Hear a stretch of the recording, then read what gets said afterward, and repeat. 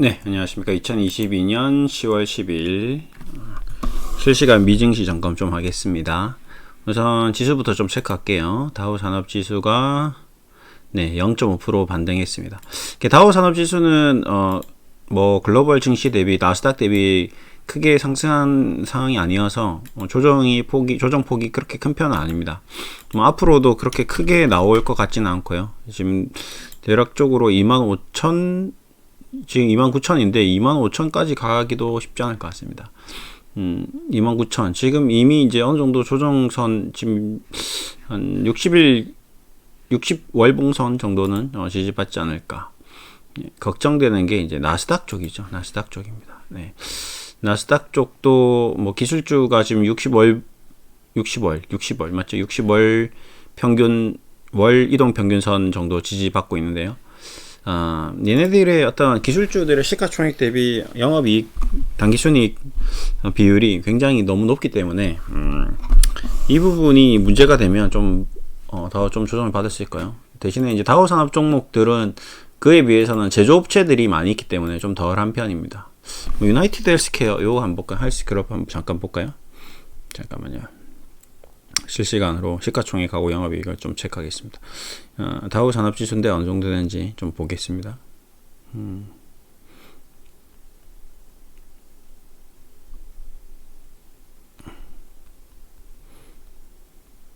얘가 지금 유나이티드 헬스그룹이 670조짜리 회사거든요. 670조짜리 회사가 당기순이익이 24조. 근데 헬스케어나 제약 쪽은 어쩔 수 없이 PR이 좀 높네요. 이쪽도. 예. 그러니까 이상한 게 좀 저도 좀 약간 놀라운 게 우리나라도 그렇고 바이오 쪽이 굉장히 강세를 보이고 있는데 오늘도 보면 일라일릴리 얘도 좀 강세거든요. 예. 지금 증시가 지금 저도 잘 좀 복잡하게 어려운 부분이 지금 기술주들이 급락을 했는데 이 암젠 보시면 암젠도 지금 오늘 180조짜리 회사인데 네. 재무적으로 180조짜리가 당기순이익이 8조거든요. 그러면 제약 바이오 쪽은 같은 기술주인데 안 빠지고 지금 인터넷 관련주 코로나로 급등했던 종목들이 좀 빠진 건지 이제 요런 게 조금 저도 좀 헷갈리는 부분이 좀 있습니다. 제가 좀 이따 차트 한 번씩 보여드릴 건데 나스닥이냐 다우 산업이냐 뭐 뉴욕 쪽에 상장돼 있냐 뭐 이런 것들을 쭉 보더라도 이 부분이 저도 지금 제일 좀 어렵습니다. 뉴욕 그렇죠? 애플은 나스닥 근데 애플은 또 많이 안 빠지거든요. 예. 마이크로소프트는 지금 34% 빠졌는데 나스닥 그렇죠?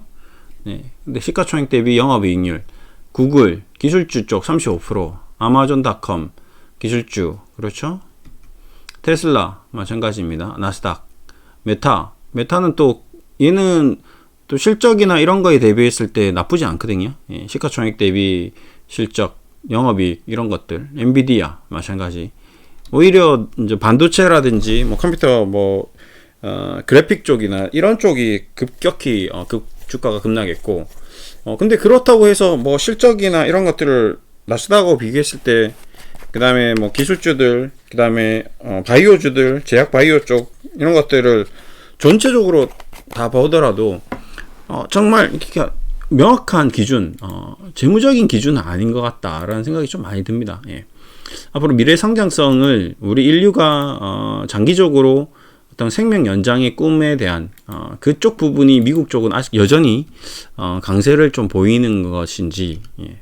이쪽 기술적으로 코로나 수혜로 급등한 종목들 이제 하나 차이점은 요런 부분이 있죠. 자 보시면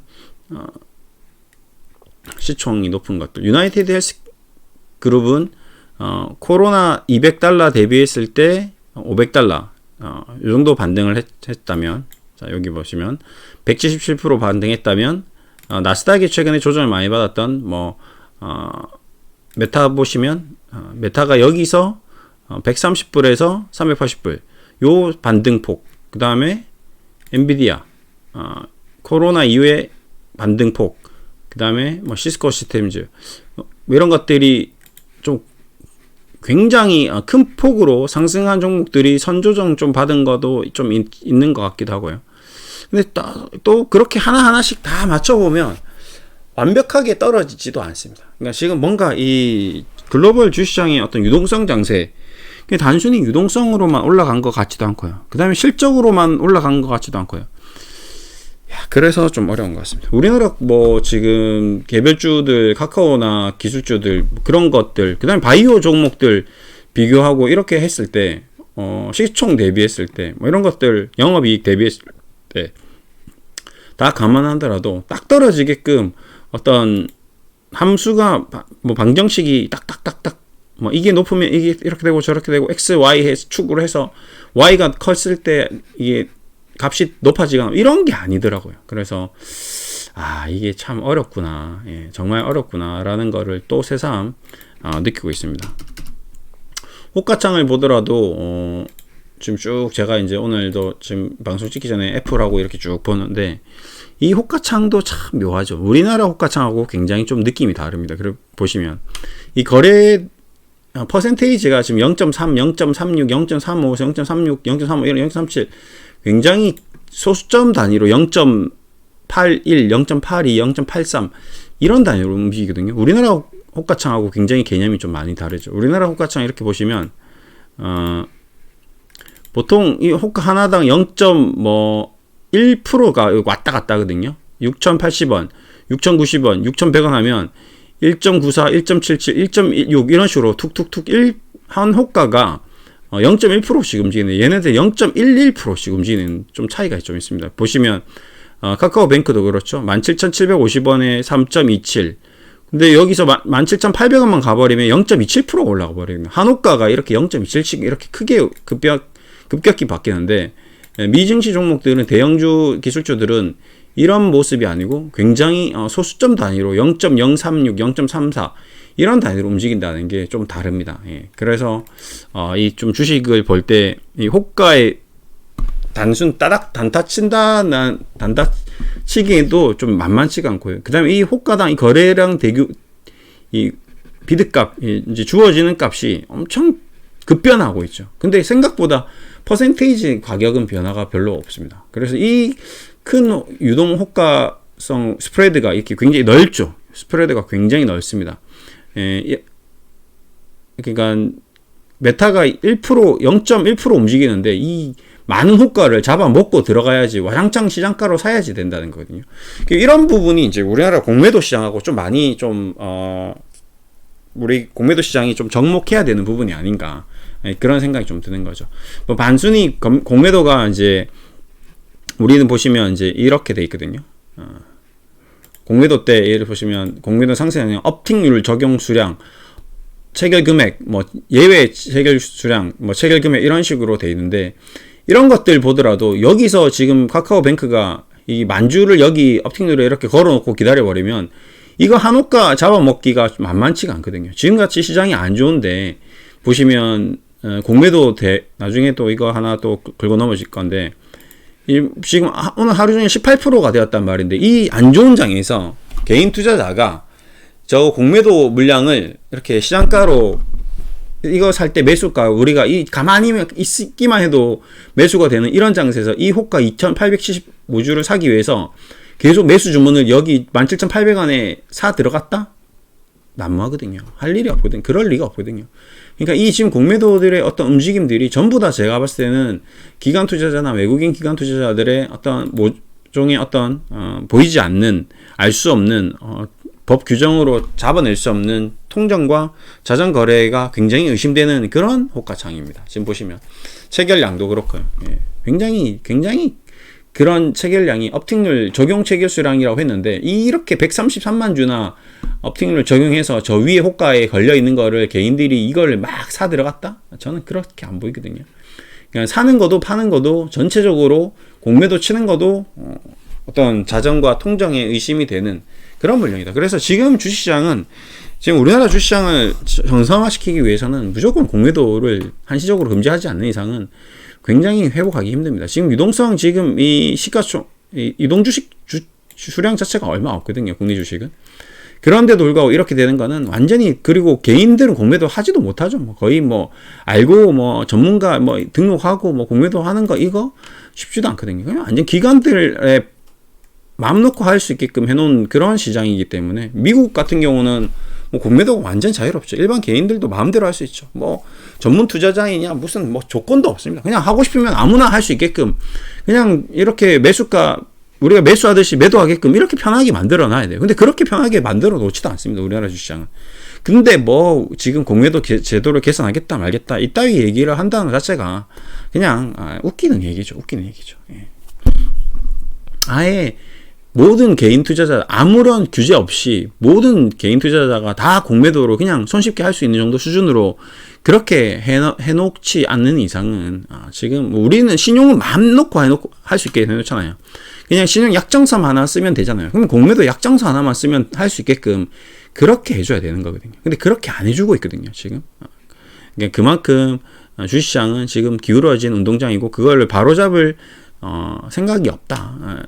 정책도 없고 의지도 없고 그걸 잘 모른다. 그걸 정책을 추구하는 감독기관이라든지 공무원들도 정말 자기가 공매도를 해본 적이 없기 때문에 생각해 보십시오. 금융감독원 직원이 들어오자마자 주식을 할 수 있을까요? 없죠. 주식을 거의 대부분이 금융감독원 직원들은 주식을 못하는 걸로 알고 있습니다. 제가 알고 있기로 하나요? 모르겠습니다. 그러면 그들이 주식에서 이렇게 터지고 저렇게 터지고 전문가들 전문 사기꾼들을 어떻게 이깁니까? 예. 단순히 생각하더라도 정말 고도화된 그 범죄자들을 이기기 위해서는 그 범죄자들을 위에 있어야 되는데 그 범죄자들 위에 있을 수가 없는 거예요. 근데 문제는 법도 못 따라가고 있고 그 휘황찬란한 그 다양한 전술 전략을 마음 놓고 쓸 수 있게끔 막아야 될 수 있는 경찰관 같은 역할을 해야 되는데 그 경찰관들이 그 누구보다도 그 범죄에 대해서 더 자세히 알고 있으려면 엄청난 매매도 해보고 다 해봐야 되는 거거든요.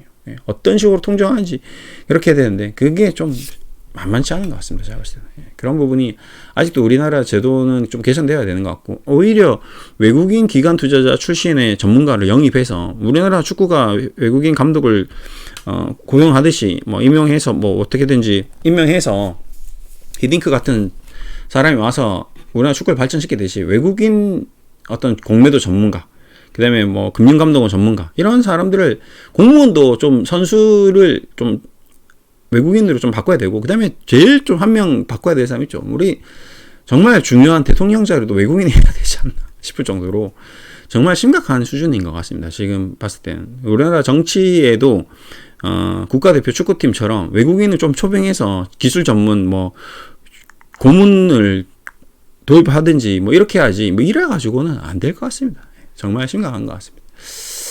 아무튼 좀 그런 부분에 있어서 지금 많이 좀 심각하다. 예. 그래서 요런 애플 호가 하나도 이런 의미가 좀 있고요. 예, 퍼센테이지 변화. 그 다음에 지금 이제 시장이 이제 올라오는 이런 과정에서 지금 기술적으로 바이오주들이 굉장히 좀 강세를 보이고 있다는 점, 요런 점들. 앞으로 셀트리온이 좀 향후 전망이 점점 좀 밝아지지 않을까 이런 생각을 좀 많이 들게 하고 있고요.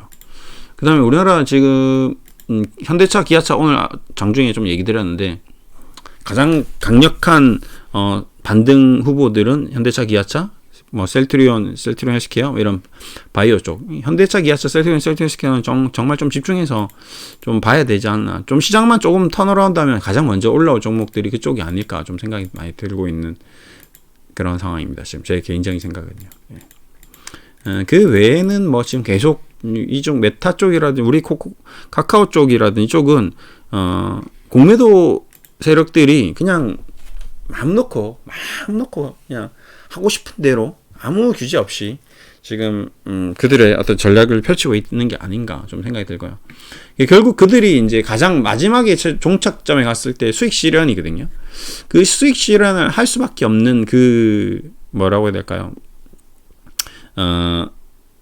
어떤 명분을 만들어줘야 됩니다. 그 명분이 가장 중요하거든요. 그래서 그 명분을 만들 수 있는 가장 핵심적인 요건이 증강기금, 그 다음에 공매도 금지법, 그 다음에 단시적 중지, 그 다음에 뭐 정부 정책, 그 다음에 뭐 금리 변화, 뭐 이런 것들이 이제 동시다발적으로 나와버리면 굉장히 큰 반등이 나오지 않을까, 장대 양봉이 나오지 않을까, 이제 저는 좀 그런 생각을 하고 있습니다. 과거에도 이렇게 증시가 안 좋다가 빡 돌아설 때 정말 불기둥이 한 번씩 빵빵 일어났거든요. 이제 그런 방향 쪽으로 가고 있다라고 좀 생각하고 있고요. 미국 증시가 일단은 우선은 진정이 돼야 되겠죠. 제 문제는 이 아이들이 애플도 이제 정신 차리고 마이크로소프트도 이제 그만 빠지고 저가 매수 들어오고 미국도 기업 하나하나를 두고 봤을 때는 크게 문제가 없거든요. 금리가 문제인 거지.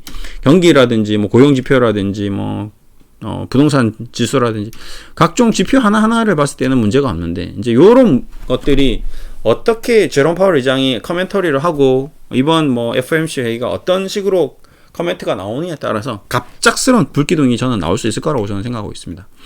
그때까지 조정이 계속 이어지고 있긴 한데 저는 이제 그걸 하나 보고 있긴 하고 있습니다. 그거 하나만 나와주면 되는데 그 제롬 파월 의장의 좀 약간 비둘기파적인, 그러니까 매파적인, 매는 공격성이 좀 강하잖아요. 비둘기는 온순하고, 그러니까 시장 친화적인, 그다음에 소프트 랜딩, 하드 랜딩, 경착륙, 연착륙, 뭐 이런 식으로 표현을 계속 경기 용어를 써가면서 곰장세, 뭐 그다음에 또 뭐 황소장세, 뭐 이런 식으로 이제 계속 그들의 어떤 전문가들, 소위 말하는 우리가 믿고 따르는 리더들, 금융 전문가들, 금융 대장들, 금융 통들, 이런 사람들이 시장에 대한 커멘트를 우상향으로 갈 수 있는 그런 커멘터리가 나와주면 명분이 생기면서 시장이 급격히 돌아설 수 있습니다. 근데 그들의 코멘트가 아직도 여전히 소원한 거죠. 요원하고요. 좀 마음이 아픕니다. 노바엑스처럼 이제 반등이 나오기 시작하면 이렇게 15%씩 카카오 그룹 주에서도 나오는 그런 시점이 어느 시점인가 올 거다. 노바엑스도 고점 대비 거의 많이 빠졌죠. 90%. 거의 뭐 카카오가 이렇게 빠지면 안 되는데, 그렇죠? 근데 카카오랑은 노바엑스는 좀 다르겠죠. 어쨌든 그렇게 좀 되기를 기대하고 있습니다. 그래서 지금도 호가창 이렇게 하나하나를 봐가면서 흐름을 파악하는 거죠. 오늘 국내 증시 호가창하고 미증시 호가창하고 뭐 좀 호가창의 흐름이 조금 바뀌는 것 같은 느낌이 든다. 포드도 좀 계속 직전 저점이 무너지지 않고 기술적 반등이 이렇게 나와주고 있다. 이런 것들이 좀 반가운 거죠. 저는 이렇게 좀 돼주기를 계속 기대하는 거죠. 저점이 지지되고 반등이 나와주고, 저점이 지지되고 반등이 나와주고, 저점이 지지되고 반등이 나와주고, JP모간 체이스 같은 경우도 저점이 붕괴되었다가 다시 꼬리 달고 올라오고, 꼬리 달고 올라와서 양봉 만들어내고, 지금도 골드만삭스 양봉 만들어냈죠. 이런 식으로 하나하나 캔들 하나하나가 모여서 지수가 되고, 지수가 다시 또 시장의 어떤 심리를 복원하고, 그 미국 시장의 심리가 우리나라 시장으로 전이되고, 우리나라 주시장의 호가 하나하나가 또 바뀌고, 캔들 하나하나가 바뀌면서 투자자들의 심리가 바뀌고, 그러면서 정부 정책이 바뀌고, 이런 모습이 계속 선순환으로 돌아가야 된다라는 겁니다. 지금은 그게 가장 최우선입니다. 이제 어떤 매도가 매도를 부르는, 공포가 공포를 부르는 그런 장이 빨리 종지부를 찍어야지. 안 그러면 여기서 더 나빠지면 정말 우리가 상상하지도 못할 폭락장이 올 수 있는 거거든요. 그건 결국 우리 인간이 만들어내는 거거든요.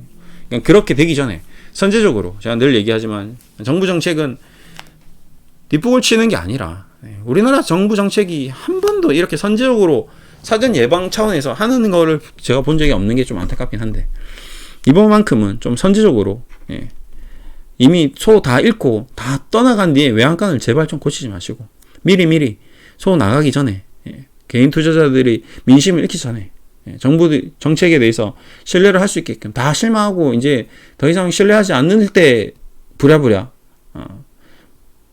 민심을 잡겠다고 하는데, 이미 민심은 다 떠났거든요. 그게 안타까운 거죠.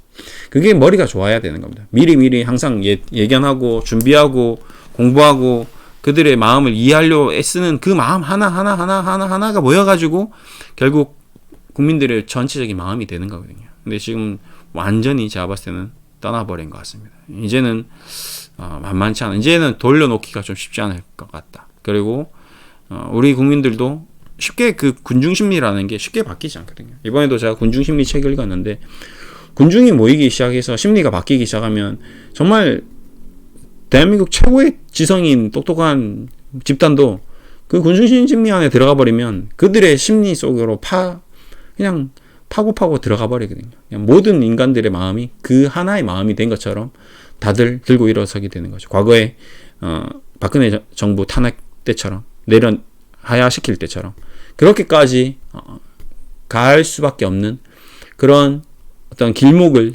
지나고 있는 게 아닐까라는 우려심이 들 정도로 지금 굉장히 위험해져 가고 있는 것 같습니다. 정말 안타깝죠. 오늘도 뭐 매일 방송에 보면 그런데 이 단순히 주식시장 하나도 이 지금 국민들의 마음을 이해하지 못하고 컨트롤하지 못하고 정책을 펼치지 못하고 그냥 쳐다만 보고 있는 그런 격이거든요. 이미 이렇게 되면 더 이상 뭐 국민들의 마음이 이제 어떻게 될 수가 없는 거죠. 네.